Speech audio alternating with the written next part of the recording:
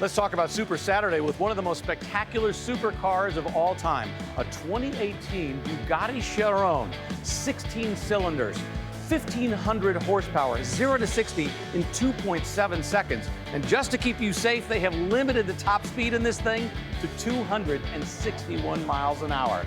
All right, April, what have you got? Not bad, Rick, but this is the queen of my heart. 1956 SL300 Gullwing, of course, with the iconic, beautiful, stunning Gullwing doors. Now, some would say this is the original supercar, which was born from racing with its tubular chassis and direct injection inline six. I mean, this is easily one of the most beautiful cars of all time. Bob, just try and top that. Well, thanks, April. And I'll have you know that our colleague Mike Joy calls me the wine and cheese guy. And I say guilty on all counts. This is a Mercedes-Benz 540K from 1937.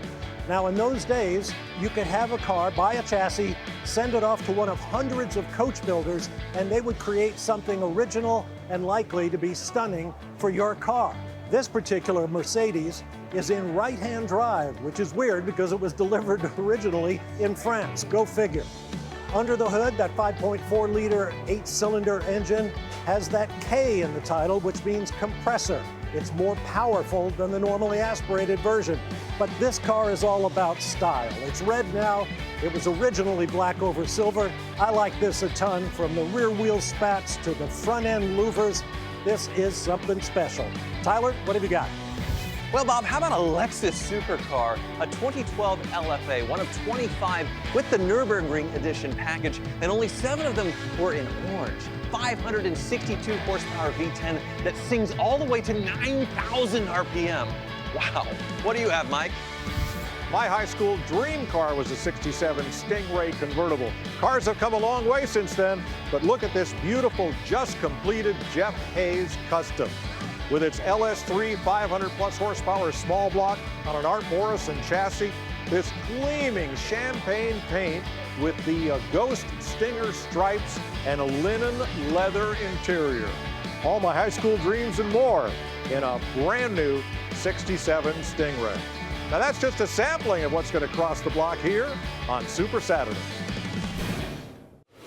Number 1378, it's a 2018 Bugatti. It features the full exposed carbon fiber option. It's powered by an 8-liter 16-cylinder engine. Okay, with that, a very special car with a very special name. Lot 1378 is a 2018 Bugatti Chiron. What's the Chiron?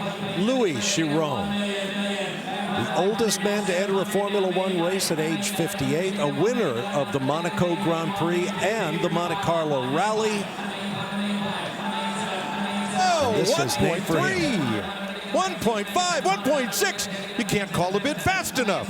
Well, for a moment there, they were equal to the horsepower, which is 1,500. Now we're over that. It's a 16-cylinder motor, 1,500 horsepower, and the number's still going.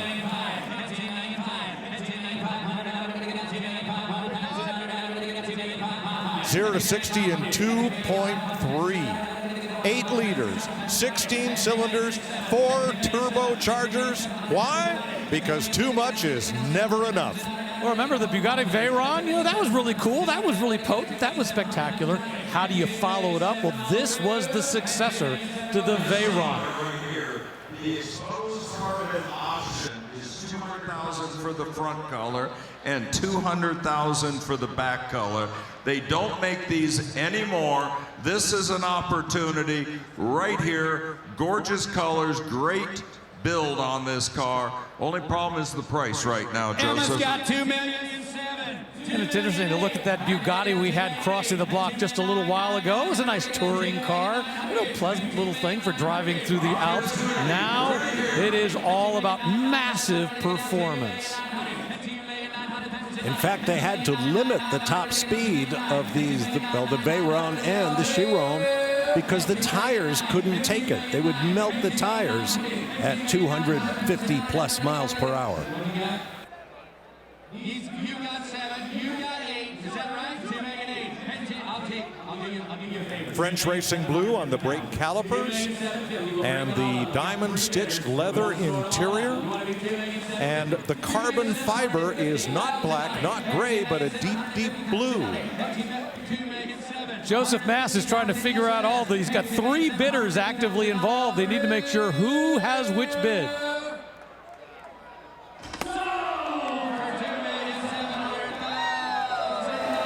My goodness. $2.7 million. Best Gullwings in the world after a 3-year restoration. Also, it has gone to the Mercedes Classic Center, authenticating the engine, the transaxle, the steering box. I drove the car. It drives beautifully. This is the original silver color on it. They did add the Rudge wheels, and the fitted luggage has summer and winter seats for it, full leather, the cloth inserts. We've sold a lot of Gullwings. I've owned 3 of them. This is the nicest one I've ever seen. Turnkey. It did the first day on the Colorado Grand to help sort it out. The consignor took it back, tweaked the suspension. You stab the brakes, it stops dead straight, it shifts, it runs beautifully. Let's get a new owner. Originally delivered in Italy, made its way to the United States. Number 225 of 311 hand-built 300 SL Gullwing coupes.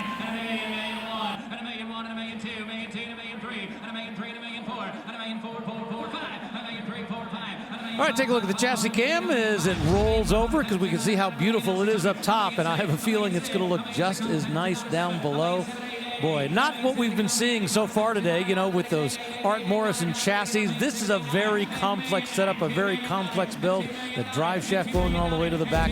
Boy, nothing simple about this. And look at the bid right now. Well, we did catch a glimpse because it's mounted somewhat sideways on that direct fuel injection on the 3-liter 6-cylinder. Horsepower around 240, top speed about 160 miles an hour, which in 1956, that was really something. The intriguing thing about this car is this was developed from a race car. In other words, a lot of times when car manufacturers build something, they build it and then they go racing with it. In this case, Mercedes went racing with the 300 SL, and then they developed the street version afterwards. So this is a development of a true race car. And that's the practical reason for the Gullwing doors. It's a race car with a tubular chassis. That door frame is very high and very wide, and they needed to figure out a way for the drivers to get in. The Gullwing made sense, and it looked fantastic. You're right, it was dictated. The bottom of the door height was dictated by the chassis, and the steering wheel swings not away, but it tilts forward at the top for ingress and egress.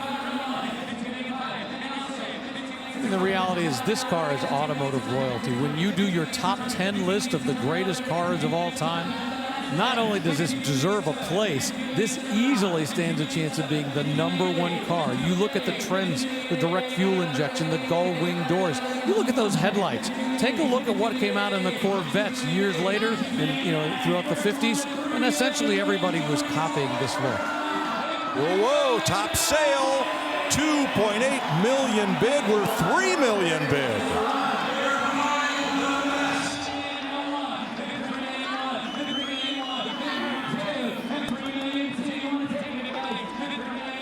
Well, just a top-notch restoration in the finest color. They added the Rouge knockoff wheels. That is perfect. $3.1 million. In April. He was my brother's best friend. He's my mentor, Tom Barrett's protege. He built the Black Hawk Museum with Ken Behring, and he had most of the world's great cars go through his hands. Why we wanted to do this, at his eulogy at the Black Hawk Museum, Sandra Button and myself were honored to give his eulogy, but afterwards Sandra said, let's raise money for something Don really cares about.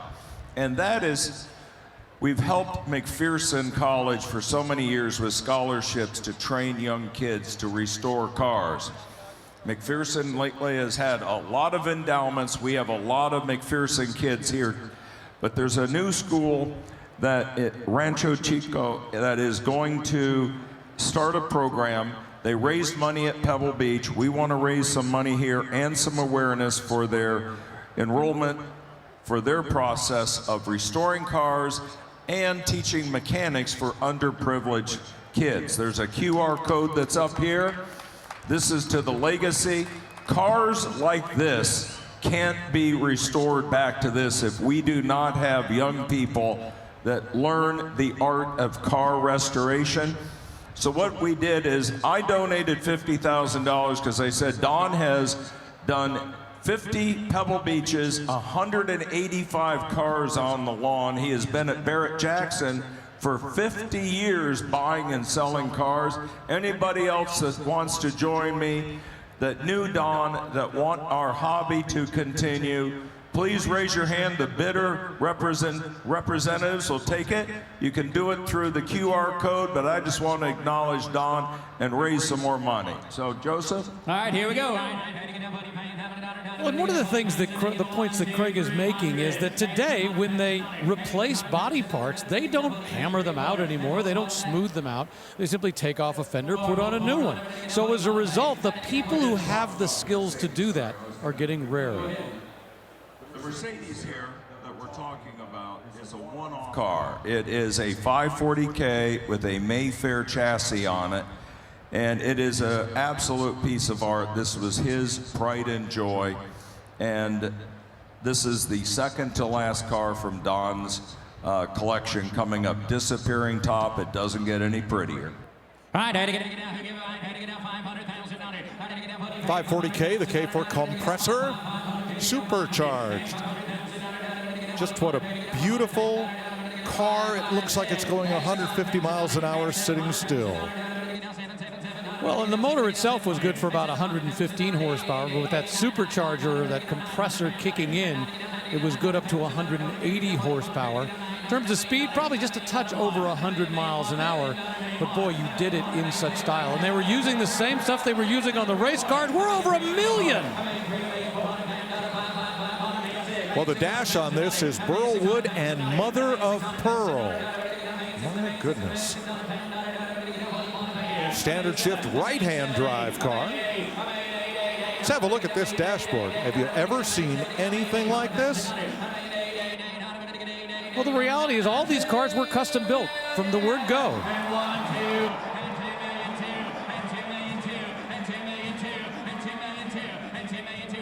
Worth it. It's not just that it's a special car. It came from the best collection, one of the best collectors out there who knew what to look for and what to buy. Ladies and gentlemen, Mr. Craig has told you what a remarkable individual Mr. Williams was. Also, what a remarkable Mercedes-Benz is in front of you. A true one-off body by the Mayfair Carriage Company. Ladies and gentlemen, don't miss the opportunity. I mean, a lot of the parts that they were using to build this with, they were also putting into the race cars of those days, those pre-war Mercedes that were running the world and doing so much in terms of their speed on track. So this has the guts in the race car in a beautiful body. Put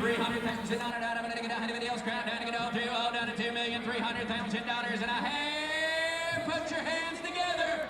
$2,200,000 with Leroy. Ladies and gentlemen, if you want to donate, there's these QR codes that they have. Please raise your hand and get your bid spot on, or you can come up and take a picture of that, and you can donate right with those QR codes. Thank you all very much. Oh my goodness. What a moment. On the block right now, a 2012 Lexus LFA Nürburgring edition. This is a modern supercar coming out of Japan. That Lexus name, boy, the F, normally the F is their performance range, but this just takes it to a new level. These achieved a certain amount of notoriety when a noted NASCAR driver took his loaner for a drive up Perth Road in Mooresville, North Carolina, north of Lake Norman. It's a nice 45-mile-an-hour road, and he got stopped doing a 3-digit speed and got a ticket that was a digit more than that. Oh well. And the legend begins, here in America. But what a fantastic car. And like many of these hypercars, you couldn't buy one. You really had to have quite a Lexus connection just to be able to get on the list at the dealer for the order bank. Well, the concept of these types of cars are what they call halo cars. Bring attention to the mark. According to Lexus, they lost money on every single one of these they sold. Sure, but look what it did for the brand. $1,000,005 didn't make it. You're late. $1,005,000 and $1,005,500 and $1,004,000 and $1,500. You're out. $1,005,000 and $1,004,000 and $1,500. I bet Lexus wish they had a piece of the after-sale action, because here we are, past $1.5 million.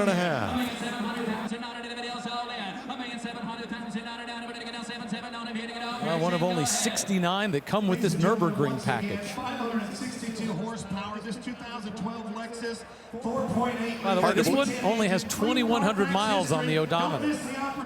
Hard to believe this car is 12 years old. That 4.8 V10 was developed in conjunction with Yamaha. After all, the motorcycle manufacturer has all kinds of experience with high horsepower, high revving engines.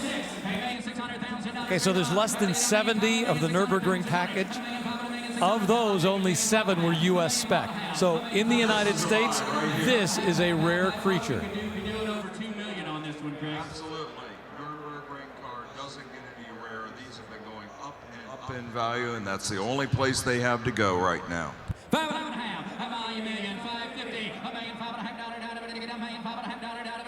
The only thing this car lacks is a racing pedigree. Lexus did not choose to track these cars. Sold at $1.5 million.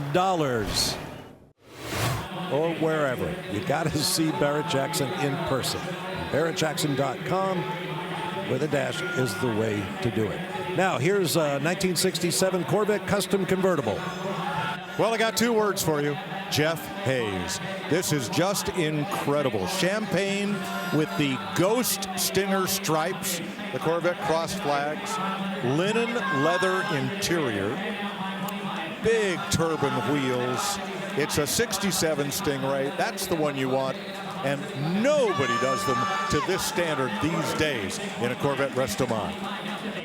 Yeah, custom chassis underneath. You look at that dash alone, the great work, the turned metal, the bezels, everything about this is great. And look at the number. Told ya.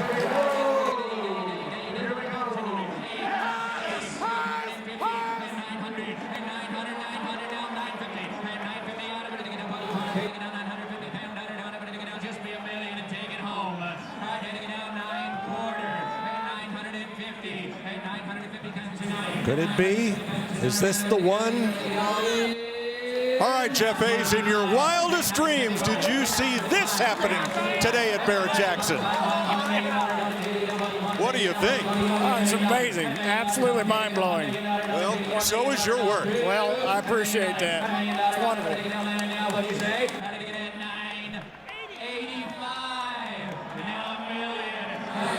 We're creeping up on it.